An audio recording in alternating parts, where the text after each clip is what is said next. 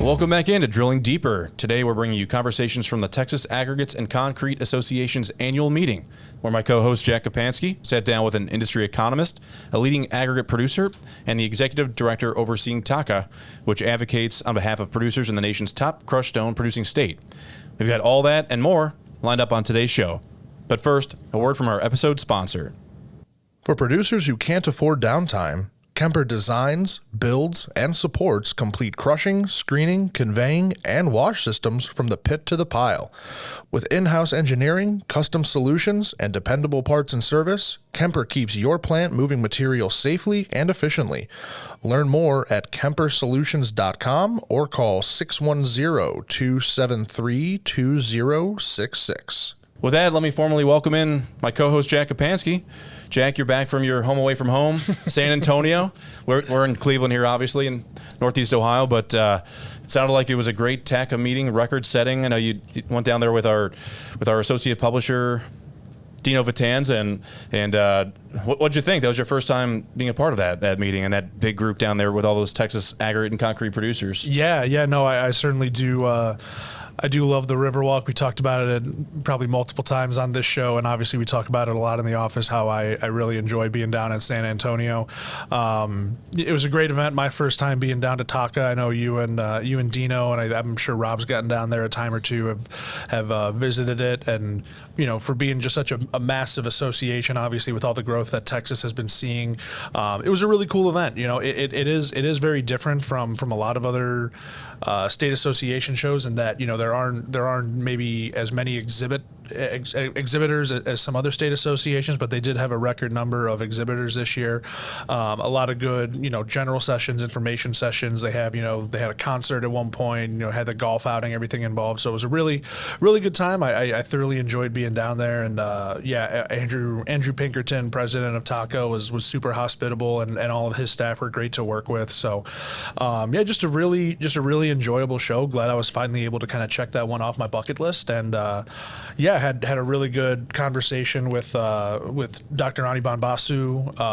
We've worked with him many a time in his capacity as chief economist with the Associated Builders and Contractors. So I got to talk to him a little bit about, you know, what's going on with the construction economy, and then sat down with Andrew Pinkerton and Matt Arnold, vice president of operations at Knife River and the current chairman at TACA as of the end of last week's meeting. So very eventful show. Really, really cool to again finally be down there. Nice to, you know, I would say get away from the cold weather, but I heard it was pretty hot up here last week as well. Pretty hot down in San Antonio. So probably all things about equal there. But no, it was awesome to finally check out TACA and see what it was all about. So really enjoyed it. Yeah, we're gonna look forward to hearing later in the show from Matt Arnold of Knife River and Andrew Pinkerton of TACA, he's executive director of the association down there. But first and foremost, we've got on tap for you an interview with Anirban Basu.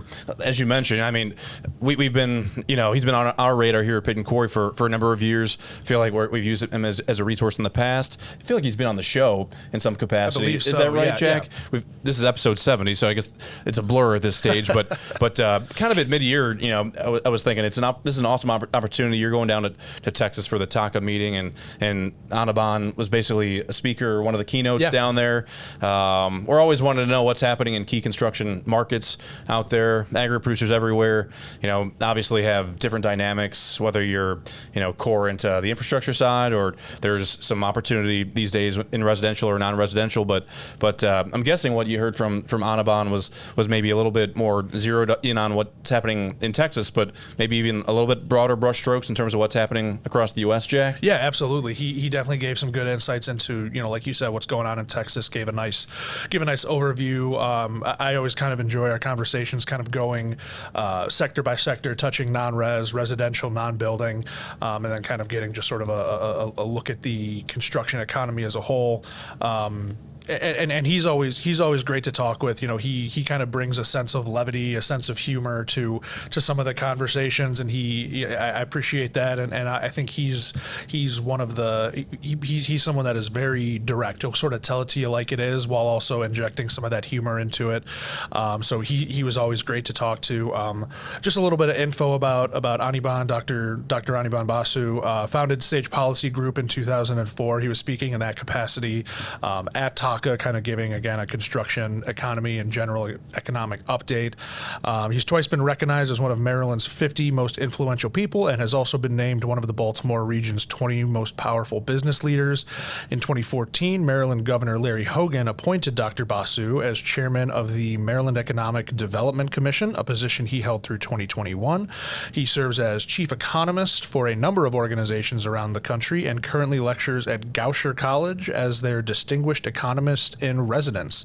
And as you'll hear at the end of this interview, I don't know if I've met a more diehard or a more tapped-in Orioles fan than Dr. Basu. He's very passionate about his O's, and you'll kind of hear a touch of that in some of the disappointment and the lamination that he's feeling about their performance so far this year. We touch on that briefly at the end of the interview. I always love to kind of throw that out there for him so that he gets a little chance to talk some O's. Toss him a softball at the end. Exactly. Yeah. You know, just something kind of fun there. So.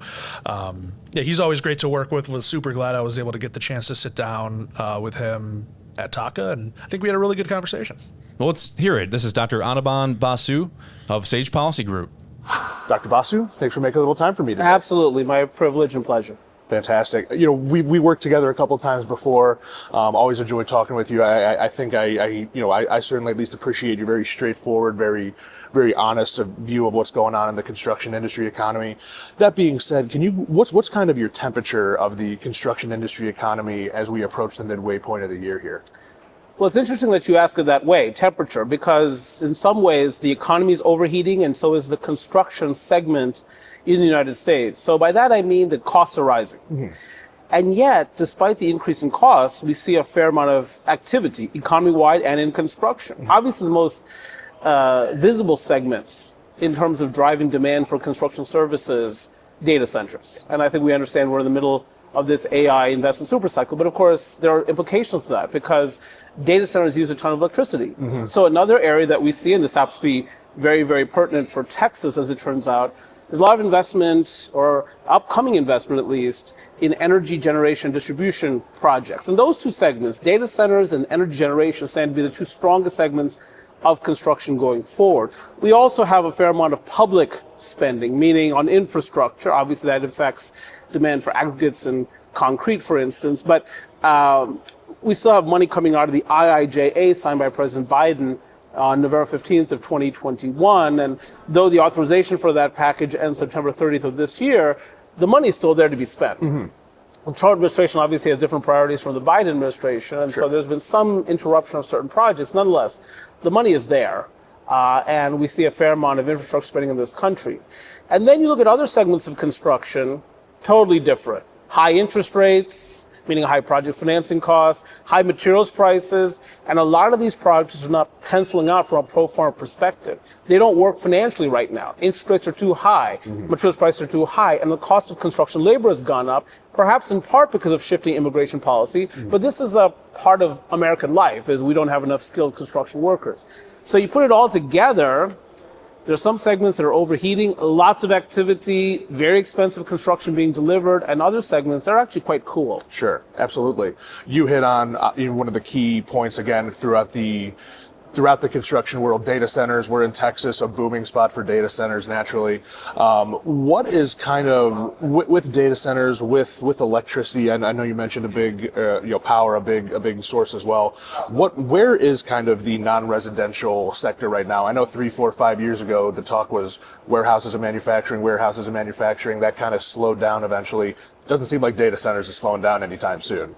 No, data center is not slowing down anytime soon because this is driven by the so-called hyperscalers, companies like Amazon and Alphabet, and Meta and Microsoft, and the aggregate Those companies spend around $400 to $450 billion on artificial intelligence, infrastructure, and architecture last year. The estimate for this year is between $700 and $725 billion by itself.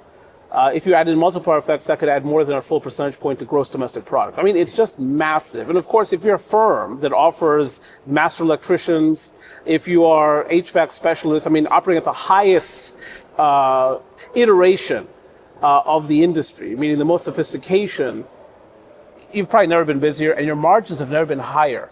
So there is that, and I don't see any evidence of a slowing in this form of expenditure into 2027. So people are wondering about, is there an AI bubble and so on and so forth? And it's a tough question to answer because part of that relates to the stock market and the performance of these AI-centric companies. But another part relates to how much spending will continue. How long can this last? It's spending on data centers. And will we get data centers in space at some point? Who knows? Right. But for now, it would appear that we are very much in the midst of this AI spending super cycle, and it's not going to slow down anytime in the near term. Sure. Outside of data centers, how would you describe the health of the non-residential sector? I would say the non-residential sector is not healthy in general, with the exception of data centers and some other handful of segments. Why is that? Because I think you'll find a lot of contractors out there who are actually experiencing declining backlog. They're working through their project portfolio pretty neatly now, and it's hard for them to get new work. One of the things I hear about constantly from contractors, at least those who do not work on data centers, the bidding lists have gotten longer. So when they might have been competing against 3, 4, 5 firms, now it's 10 to 12, 12 to 15. And that, of course, is bad for firm margins.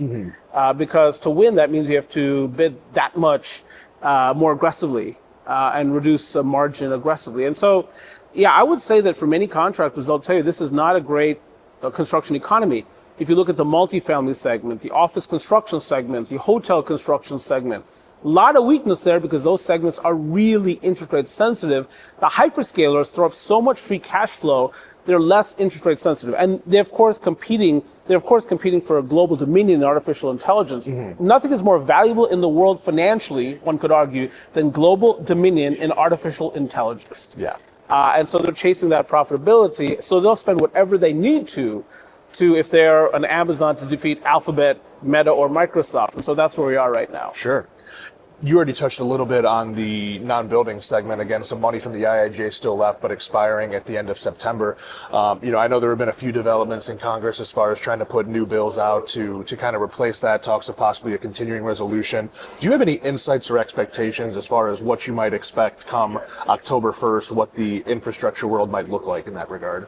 Right, so there'll still be money even after October 1st of this year for infrastructure because not all the IIJA monies have been spent. Those monies have to be obligated by September 30th, but the money can still be spent thereafter. Got it. But at some point, the Trump administration is going to have to reauthorize infrastructure, and it's very unclear what we're going to get out of that process. The Trump administration has given us some clues, however. They think they want to have a smaller package, a smaller federal role in infrastructure. They want state and local governments to take on more responsibility for infrastructure. I'm not here to say whether that's right or wrong philosophically, but certainly the Biden approach was the federal government will take the lead. And of course, we're coming out of the pandemic during that period, or perhaps in the midst of it. And so there was this desire for the federal government to spend a ton of money, and they did, including on infrastructure. But now going forward, we have a $39 trillion national debt. The interest on the debt is more than $1 trillion, and the federal government probably at some point has to pull back on infrastructure spending. And so more state and local government involvement. Problem, of course, is that many state and local governments are not in great financial shape. And we've seen cities like Chicago, Washington, Los Angeles, San Francisco debt downgraded in the last couple of years. We've seen states like my state of Maryland downgraded in the last few years. And so what's going to happen, therefore, a lot of emphasis on public-private partnerships because the capital is no longer in the public sector. It's in the private sector. Got it. And public-private partnerships are going to be needed to bring enough capital, enough funding to infrastructure. The problem, of course, is what? It's very hard to put those deals together. If you're a county executive, if you're a mayor, a governor, and you're negotiating with private equity people or these kinds of investors who, did their MBA at Chicago, Wharton, whatever, Harvard, wherever it is, and they're asking you to sign a lease on a bridge for 75 years, as a mayor, that's really intimidating. Yeah. And so, and sometimes certain forms of infrastructure don't generate revenues directly. And so water and sewer systems do. There's water charges. And so you can capitalize that by a public-private partnership. But a lot of infrastructure is basically free to the user, right? Freeways, so we don't have toll roads. How do we handle that going forward? It's not obvious to me. Sure. You touched a little bit on multifamily, and it seems, at least to me, you're obviously much closer to it. Over the last 12 to 18 months, the residential sector has kind of been all over the place. Where do things kind of stand right now, looking residential as a whole, between single family and multifamily? It's pretty weak, I'll tell you. Based on the leading economic indicators like residential building permits, and permits are leading indicators because if you're a builder, you've got to pull a permit before you build. But it looks pretty weak to me. And again, in the multifamily segment, if we're talking about apartment construction, deals are not penciling from a pro forma perspective. So again, project financing costs are high because interest rates are stubbornly elevated, actually rising recently, and materials prices are very expensive, in part because of tariffs perhaps. But now, of course, we've got this conflict in the Middle East, which has raised the price of diesel fuel and all kinds of other inputs into construction. And in certain parts of the country, actually markets became saturated with new construction. So you see this in a place like Austin, Texas. Lots of new construction. It takes a while to lease up these apartment buildings, even with a red-hot economy. Denver, Colorado, Tampa, Florida, Nashville, Tennessee. And so rents are no longer rising as they had been because of all this new supply. And so it's just hard to make these deals work. And so the multifamily stands out as one of the segments that's really weakened. Look, here's the good news. It's going to come back. Sure. Because we know that we have a housing shortage in America. And people can disagree about whether or not it's 3 million units or 4 million units, but we don't have enough housing in America, and housing has become really quite unaffordable to many Americans. So we need more supply. At some point, we'll get it, but we're going to need lower interest rates, lower materials prices at some point to get there. Sure. Taking all that into consideration, what are maybe some of your expectations, or what are you seeing as what the next 6 months or maybe bleeding into 2027 might hold for the construction industry as a whole? I think it's still a tale of two industries in some sense, is construction, because you're going to continue to see a red-hot data center and energy investment space, as it turns out. You'll still see public works going on out there. These projects take many years off it, right? So they begin 1 year, they're still going on in 5 years. I don't think Pennsylvania has ever actually completed an infrastructure project. Right. So but I will also suggest to you that certain segments stand to get even weaker going forward. And I'll tell you why. Coming into this year, the expectation had been that the Federal Reserve, our central bank, would cut interest rates 2 or 3 times. Okay. And interest rates coming into the year were quite high relative to where we had been, let's say, pre-pandemic. But now, given the surge in inflation, and the most recent data indicate that inflation running in this country, depending on the measure, between 3 and 6.5%. It depends on the measure, right? Producer price index, year over year, 6.5%. That interest rates are set to rise going forward. The Federal Reserve may start increasing rates later this year, let's say December, and then twice after that in 2027. So instead of getting a 75 basis point or 3/4 of a percentage point reduction in interest rates, you might see a move in the other direction. That's a major change. And for segments in construction that are interest rate sensitive, that's really bad news, because project owners are having a tough time getting those projects financed appropriately to begin with, meaning appropriate to what they need to derive to move the project forward. A lot of these projects become even less likely going forward because of these higher borrowing costs. So that's where we are right now. And as I say, a tale of two segments already, even more so as we march toward 2027. Yeah. One last question for you, Dr. Basu. I appreciate you being so generous with your time. You mentioned you're, a Maryland man yourself. I know you're a very passionate Orioles fan. What are your thoughts on how the O's have been playing so far this year, and what are your hopes for the rest of the season? Look, we knew that the Orioles had not invested enough in starting pitching. We knew it. We told ownership. We have one of the richest owners in baseball, David Rubenstein, one of the co-founders of the Carlyle Group. And we expected Mr. Rubenstein, who went to high school in Baltimore, but made his fortune at a firm located, I believe, in Washington, D.C. But you need to buy some more starting pitching, sir.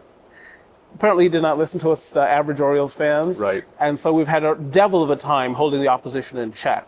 And then on top of that, our offense, which was supposed to be a juggernaut, has been inconsistent. Exploding on occasion, but often quite muted. So you put it all together, we have a losing record right now. The good news is we're in a very bad American League. Yes. And so a couple of very bad teams are going to get into the playoffs, and I suspect the Orioles will be one of them. So I'm still quite hopeful. Fingers crossed. Let's Fingers go birds. crossed. Let's go birds. Dr. Basu, thank you so much again for your time. I appreciate Anytime. the insights. Thanks a lot. And now a word from our sponsor. Geosonics Vibratech has been leading the seismic industry since 1949. They are the original innovator and trusted standard for seismic monitoring in the aggregate industry. As pioneers in remote technology, they provide vibration, noise, dust, geotechnical, and environmental data you depend on. Stay connected, compliant, and informed with Geosonics Vibratech. Visit www.geosonicsvibratech.com. Thank you to Geosonics and Vibratech for sponsoring this episode. Thanks again to Anirban Basu of the Sage Policy Group. Jack, appreciate you capturing that content down in San Antonio, and a lot to kind of dissect there. Funny about the Orioles. I mean, we're here in Cleveland. We just lost our MVP-like player, Jose Ramirez. It's going to be a tough summer ahead from the baseball standpoint with the Guardians. But yeah, I mean, he put a lot out there in terms of the construction materials market, Jack. And I don't know where you want to zero in on, but again, we really appreciate Dr. Basu offering his expertise here to the Drilling Deeper audience. Yeah, absolutely. And I think a lot of what he said, I think, echoes what we've heard from either other people in similar positions to him, what we've been hearing from producers we work with, manufacturers we work with, even some dealers we've been working with. And, I think first and foremost, again, really I feel like you can't have a conversation about the construction industry or the construction economy without talking about data centers. And, as he mentioned, no signs of that slowing down. I think what really stuck out to me is last year, you look at companies like Amazon, Meta, Alphabet, Microsoft, some of those really massive data companies. He said last year, companies of that type spent around $400 to $450 billion on artificial intelligence infrastructure and architecture. And this year, the estimate's going to be around $700 to $725 billion. So, I mean, almost doubling what they did last year, just an astounding number.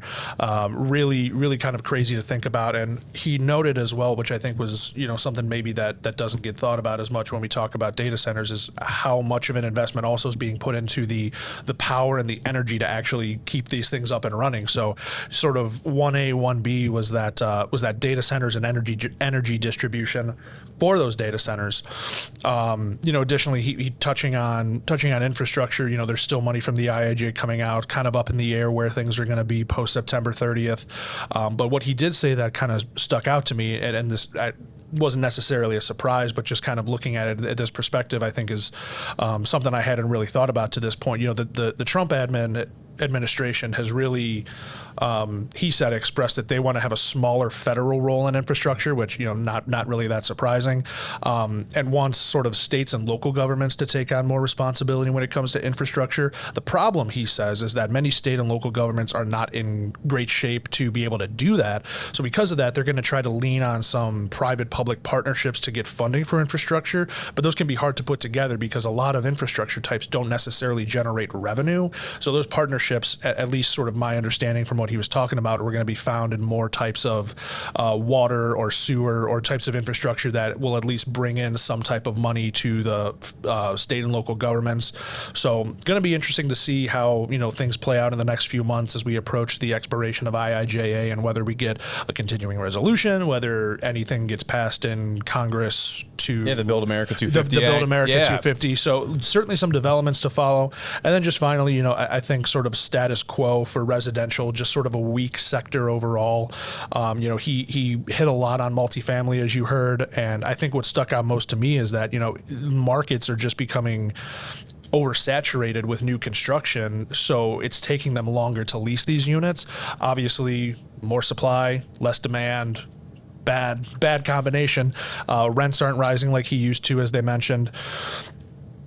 Does seem optimistic that there will be a comeback. Didn't necessarily put a time frame on him. I don't blame him for that. And then looking forward, I think what stuck out was just that, certain segments are going to continue to stay hot. I'm looking at you, data centers and energy investments and public works. And then also, just looking at some segments are going to get weaker as, we may see interest rate increases coming the rest of this year into next year if this inflation continues to remain kind of sticky and stay higher than it really should be. So a lot of good insight. And again, I think I'll thank Dr. Basu and praise him for thank him for his time and praise him for sort of making what can be a really uninteresting or sort of maybe dull topic at times, easily digestible and at times entertaining. So appreciate his time. And I don't know if there was anything that stuck out to you from kind of what we heard, but yeah, I just feel like he kind of does a good job running the gamut of where we're at.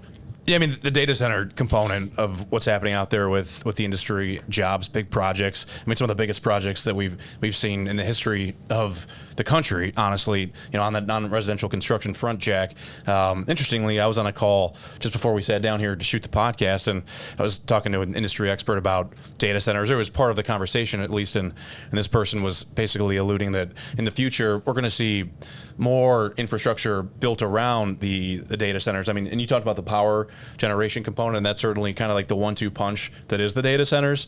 But my understanding has always been that the data centers, kind of once you get them up and running and situated in some of these remote or wherever they are in the country, that they kind of don't necessarily require a lot of people to be hands-on on the site. And I was getting some new information before this podcast episode, Jack, that some of these sites are going to require more people, that we're going to see even towns built around them, and just think about what that means for the future of those regions or those areas. I mean, so if you've got more people there, I mean, that just creates additional infrastructure opportunities, whether it's roads, bridges, highways, or schools, hospitals, residential, which you were just kind of talking about for a minute there. So that's going to be a dynamic to watch, certainly. I think we're still in the very early innings with these data centers across the country, and I know that they're very much kind of in certain parts, from the Mid-Atlantic kind of down through into the Southeast and around to Texas. But if you're going to be competitive in California, or you're going to try to keep up and keep up with the needs of the population out there, I mean, I think data centers are going to have to continue to pop up across all 50 states in some respects. So something to watch, certainly. And again, as you said, thank you to Dr. Basu. Appreciate him extending his expertise and giving you some time to have some content here for our Drilling Deeper audience. Absolutely. Well, we mentioned at the top that you also visited with Matt Arnold of Knife River and Andrew Pinkerton of the Texas Aggregates and Concrete Association. When I was down at the TACA meeting, it must have been a few years ago, Andrew was actually in my golf threesome, and along with Dino Batanza and I, and he wasn't with TACA at the time. He's since joined. I think he's been there about a year and a half, 2 years, maybe less, but he's somewhat new to the organization down there. So again, great opportunity having Jack down there in San Antonio for their annual meeting to kind of get some perspective on not only what's happening in Texas from the TACA viewpoint, but we had a leading producer there in Knife River. We featured Knife River on the podcast and in Pit and Quarry in the past as well. I haven't had the opportunity to meet Matt, but maybe Jack, tee up for our audience what we're going to hear from Matt Arnold and Andrew Pinkerton here in just a moment. Yeah, absolutely. So we kind of had a wide-ranging discussion. We looked at this year's TACA Annual Meeting, kind of talked a little bit about how the association has grown. Obviously, the growth in Texas is kind of being mirrored throughout TACA, with increasing membership and growing exhibitors, more money raised at this show, just kind of a good outlook at how the association is doing, being one of the biggest associations in one of the biggest states in the country. Talked about the growth in Texas that they're seeing, and obviously it's alive and well, a lot of population growth leading to a lot of project growth. Sort of gave some first half reflections from TACA and Knife River, offered an overview to the aggregate industry as a whole, and provided an outlook for the rest of the year and going into 2027. Two just really, really good guys. It was awesome talking with both of them. Appreciate Janine Wheeler at TACA for helping get this set up. Just a little bit of info real quick about Matt and Andrew before we get into it. Kevin, like you mentioned, Matt Arnold's Vice President of Operations at Knife River in Texas. He joined Knife River in 2018 as a material sales manager. He's also served Knife River as materials manager and general manager before taking up his current position. In addition to his role at Knife River, Matt is now chairman of TACA. When I talked with him Friday, the morning of the Friday of the meeting, he still had his vice chairman sticker sticker on his lanyard. As of that night, he is now chairman, so congratulations to Matt on that. For Andrew Pinkerton, he has more than 22 years of experience in the construction materials industry. Before joining TACA, he served as executive director of the Cement Council of Texas, which represents the state's cement manufacturers and shippers. Before leading the Cement Council of Texas, Pinkerton was director of marketing, communications, and public affairs at U.S. Concrete, and he previously served as manager of corporate communications and government affairs at Texas Industry. So two guys that, really have done a lot in the industry, a lot of know-how, and just a lot of knowledge that I was able to, that I was lucky enough to kind of be able to glean during this interview. So another really great conversation that I'm really appreciative they were able to make some time for me at the meeting. Well, with that, Jack, let's hear from Andrew Pinkerton and Matt Arnold. Appreciate you gentlemen making some time for me today. Absolutely. So this is my first time attending TACA. How'd you like it? Very impressed. I've heard a lot of great things. Appreciate I've been with Pitt and Quarry for about 5 years now, and it's a show that we've constantly been hearing about, and I'm excited to finally be here. Heard some, obviously some lofty goals were set as far as attendance and fundraising went this year. I know some of those numbers are still yet to come, but what were your thoughts on how the 72nd annual TACA annual meeting played out? Well, the numbers aren't in completely yet, but even with our preliminary numbers, we broke all records. Number of attendees, total attendance at the event itself, total attendees for our PAC fundraiser, and money raised. We sold out the golf tournament. We had the most registrants for our mountain biking. And of course, the thing that I heard over and over, which makes me most happy, is that it felt like family. It's a family event. We had 2 8-week-old children. Wow. An 8-month. And so it's something that we keep here locally in Texas so that families can come and it becomes their yearly event. Mm-hmm. Matt, what were your thoughts on this year's show? No, absolutely. I mean, it was amazing to see how many people actually turned up this year. I mean, a complete packed house. We had our concert pack event last night, completely packed house. And I think a lot of that's drummed up. We've also got our membership committee has done a fantastic job bringing in new members. They met, they didn't quite meet their producer goals that they had set, but our allied members, they blew it by over 100%. Wow. So we had a lot of new people here, which we recognize them with a different colored badge so we can introduce them, gives them the opportunity to really get engaged with everybody. So I think, the ability to be able to get out there and get those new people as a part of TACA has been part of our success in this thing growing. So it's been fantastic so far. Excellent. So go ahead. Yeah, go ahead. And I certainly want to put a plug in for our Emerging Leaders Academy. They do a community service project every year at the event. And this year they put together 2,000 backpacks for needy children across Texas. And so this is a new fundraiser for them, and they blew it out of the water. They had a goal of 1,000 backpacks, and they did 2,000. So just another banner year, another record-breaking event. That's fantastic. To what do you maybe contribute? Obviously Texas is a growing state, and we'll get into that in a little bit, but to what do you contribute the rate at which TACA has grown, the involvement that you guys are getting, the way that, this event keeps growing? Just what are you doing, in your role and, Matt, in your role respectively to just keep and continue fostering the growth within this organization? Certainly. Well, it all comes down to our members and their commitment to the industry, the association. The momentum that we've gained year after year certainly helps. My staff does an amazing job of putting together the marketing and communication about the event and continuing to reach out. But we have a huge group of volunteers that serve on our committees, and they work hard at bringing in the membership, promoting the events that we have. And so, me and my staff, I feel like we do an amazing job, but ultimately it's the commitment from the membership. Mm-hmm. Yeah, and just talk about that a little bit. We're talking about like, what's my motto going to be for my chairmanship, right? Mm-hmm. And the thing that rang true to me more than anything else was generations, right? So I'm a third generation in this industry, but whenever you look around the room at our association, we have a lot of people that have come up through the ranks and that are third or fourth generation folks. And so really my goal is really to make sure that, we're established for generations to come, right? From the actual resource, right? I mean, one of the things that I want to note is, in the state of Texas, there's over 120 regulated bodies that regulate water, which of course it's a very valuable resource, but we don't have that established for our aggregates. And we are growing at such a massive rate in Texas that we're covering up some of our key reserves, right? And so that's one of those things that we got to be thinking about. What about the next generation? And really looking forward as we do that. So, and TACA gives that opportunity to do that. Without this association, we wouldn't be able to do that. That's why this is so important. Absolutely.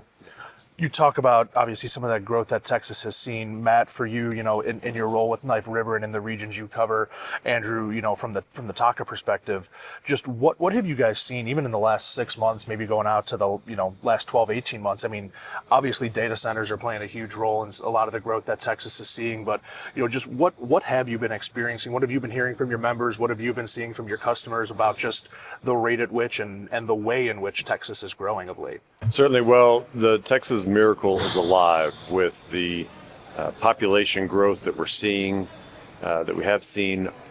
Most of our MSAs, the metropolitan statistical areas, are ranking very high in so many different metrics, from construction employment to the GDP. And, we had a great economist speaking today who, had wonderful things to say about a number of our markets, and it rings true with what we're seeing in the markets, with being number one in aggregate production and sales, number one in ready-mix production, number one in cement consumption.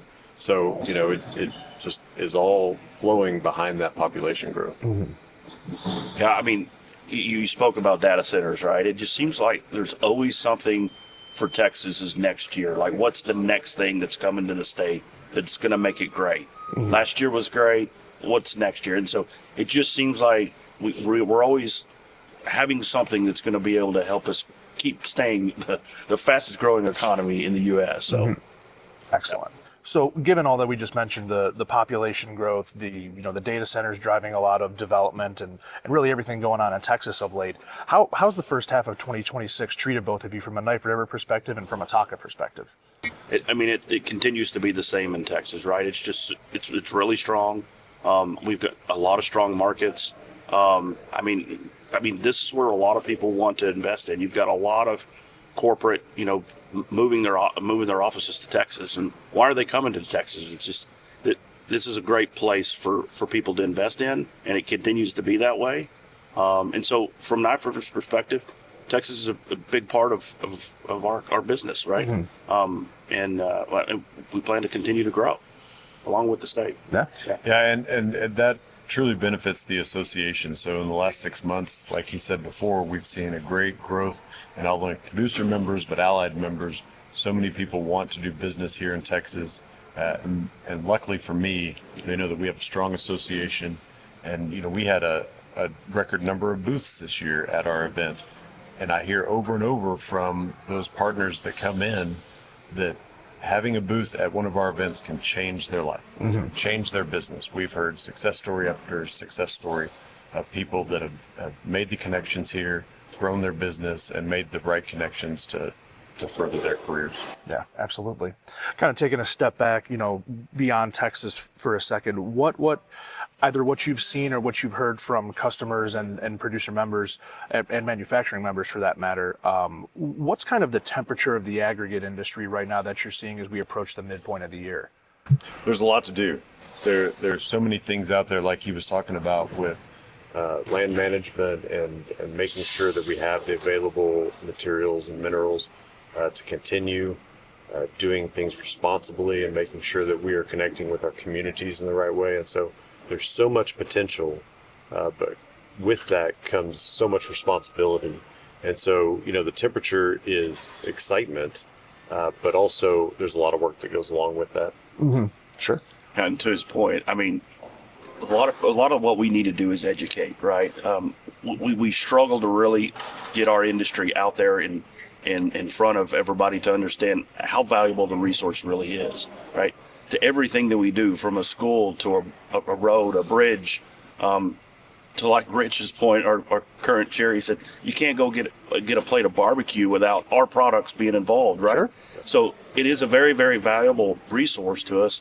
And that's one of our goals, is to really educate both our lawmakers and the public, general public for that matter, how important that our resource really is.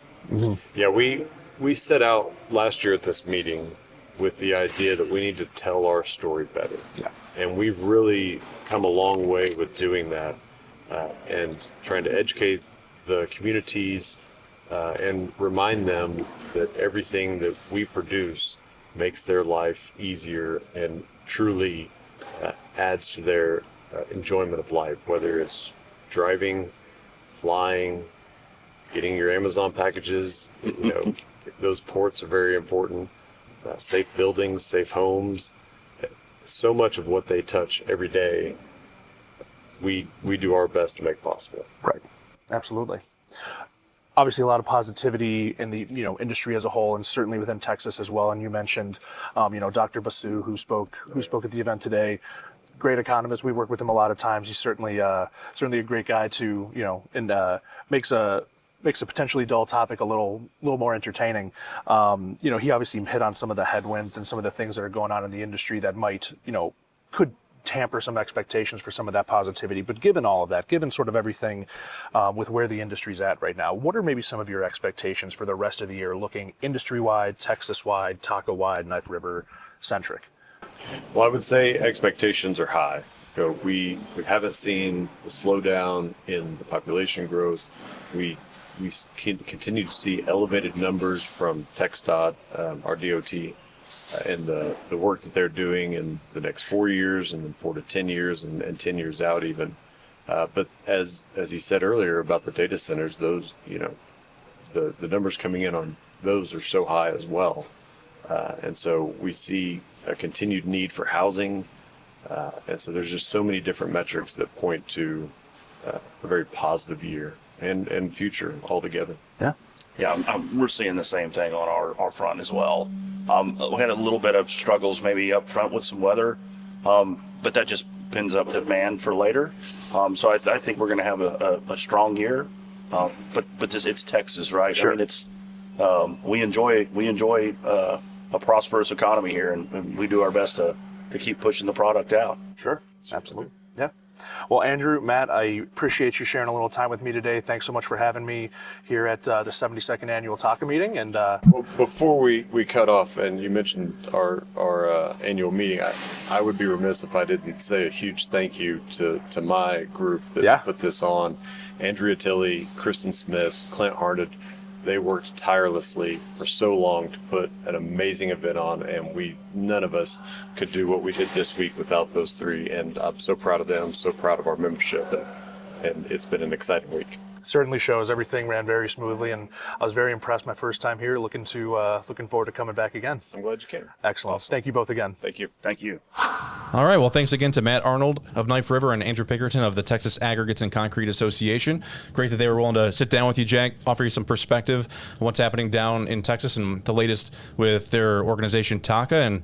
And again, just like our interview with Dr. Anirban Basu, kind of a lot to kind of pick out and kind of glean, but they talked about data centers, they talked about kind of the growth in Texas, and think about just some of the great population migration areas, regions, states in the U.S., and Texas is certainly one of those. It's been a while since I set foot in Texas, but I feel like there's always cranes in the air. There's always highways and major roadways being built, and it seems like all systems are go down in the Lone Star State. Yeah, certainly. That was definitely the impression I got. Again, with the population growth, I think one of the things that stuck out most to me that Andrew was talking about is that, Texas, at least, according to what he was saying, Texas is, ranks number one in aggregate production and sales, number one in ready mix production, number one in cement consumption, and all of that, he sort of credits to the continued population growth and really flowing behind that. It was interesting in that same vein, as you heard in the interview, Matt kind of talked about how sort of the viewpoint in Texas is always what's next, and obviously data centers are the now, and it's such an interesting, I think, perspective, and it's really something, or a way that I think you really could only think in a place like Texas where there's always something going on. There's continuous growth. That ability to say, you've got this massive growth of data centers and this massive movement here, but still sort of being like, okay, this is great, but what's going to keep us growing in the future? I think that's just a very fascinating mindset to take. And yeah, just I think there was one quote near the end of the interview that I think stuck out to me. Matt credited it to Rich Saichi, the outgoing chair of TACA. I know you talked with him. We had him on the podcast before as well, and they're talking about really the need to educate and tell the story of the aggregates industry. And Matt was talking about how the struggle to let people know how valuable the resources are. And the quote he pulled from Rich, as you heard in the interview, was, "You can't go get a plate of barbecue without our products being involved." And I'm thinking about that, and I'm like, that's so true, because when I'm driving around with my wife or driving around with, by myself, doing whatever, and I look at a road, a bridge, a building, and I'm like, that wouldn't be there without aggregates. So it's just, I think that's a fascinating and very Texan way of looking at it, talking about not being able to go get a plate of barbecue without the aggregates, being there to do it. And just finally, I'm not at all surprised, at the top of the interview, Andrew talked about the fact that they broke really all records. They're breaking records for attendance, attendees at the PAC fundraiser, money raised, sold out the golf outing, the most registrants they've had for bike events, the most exhibitors they've had. So really kind of par for the course, it seems like, with what's going on in Texas, that TACA is kind of matching that growth. So congratulations to TACA for a phenomenal event. Appreciate you guys having me out. Thanks again to Janine Wheeler for helping set up this interview. And thoroughly enjoyed my time down in Texas, and looking forward to get back down there for another TACA annual meeting. And speaking of Andrew Pinkerton, he actually wrote a piece that we published in Pitt and Corey not too long ago. I believe it was in our May issue, and it's online right now. The headline is "Permitting, Zoning, and the Risk of Running Out of Rock."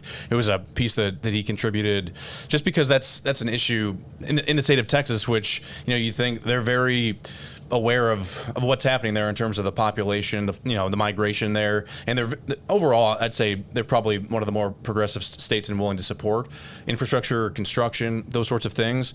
But just like every other state, all the other 49 states, there's issues with zoning and permitting, and so he talks about what's happening down there in Texas and kind of some strategy to overcome that. So whether you're in Texas or out of it, I think Andrew had a good piece within Pitt and Corey, and I would encourage you to look for it on pittandcorey.com. And again, the headline, if you want to search for it, is "Permitting, Zoning, and the Risk of Running Out of Rock." So thanks to Andrew for that. Thanks to Andrew for sitting down with Jack, and same thing to Matt Arnold for that video interview down in San Antonio. And just, I think one thing that I just want to follow up by you mentioning that was something Matt talked about, and he said he said in the interview, what was his kind of slogan, or what was his catchphrase going to be for his chairman for his chairman tenure, and he talked about what really stuck in his mind was generations. He looked at TACA, where you have people that are coming up through the ranks that are third, fourth generation members, and he looked at it from a perspective of, there are so many governing bodies that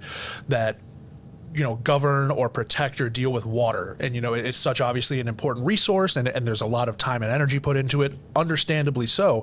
But his point was, there's not really a lot of that for aggregate, that really govern aggregate or look at it as a whole. So he is taking the perspective of wanting to ensure that, this industry is established and protected for generations to come, so that, it was funny if you heard it in the interview. I know Andrew mentioned that they had a couple 8-month-olds at the meeting, very family friendly event. So, they want to secure this industry for generations to come, so that those 8-month-olds and that those, young kids that are coming to these meetings and are learning about aggregates now will have, a sustainable industry to grow up in and be a part of. So you mentioned the permitting. That just kind of struck a chord in my mind, thinking about what Matt said as far as wanting to maintain this industry and keep it sustainable for the generations to come.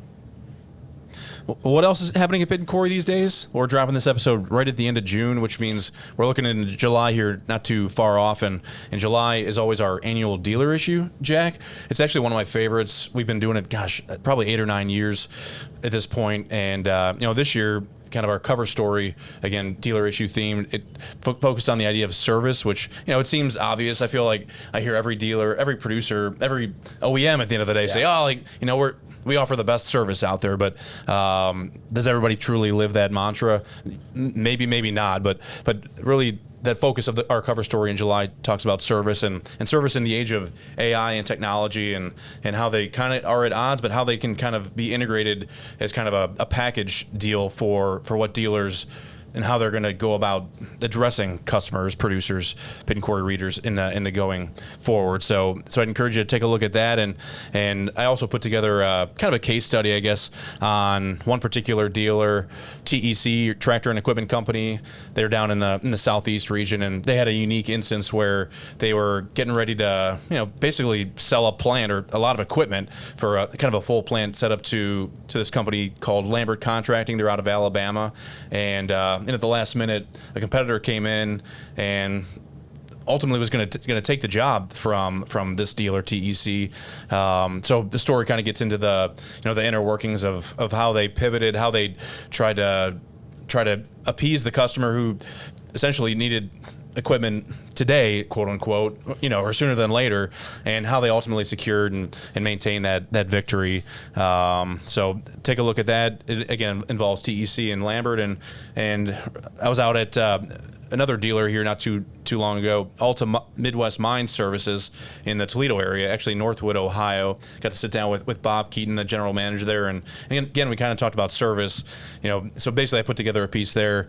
It's about a little bit about their history, but how they've very much been service oriented, and now they're kind of taking the service trust that they've earned with customers across about 30 years, and they're translating that into equipment sales. So again, just the idea of service, Jack. I feel like we hear about that all the time. What does that ultimately mean? How does it manifest into everyday something for the dealers? So that's kind of a theme of our dealer issue this year. So if you haven't yet gotten your July issue, it should be coming into your mailbox here if you're a print subscriber, and check it out online. We've got our digital edition ready to go here at this stage.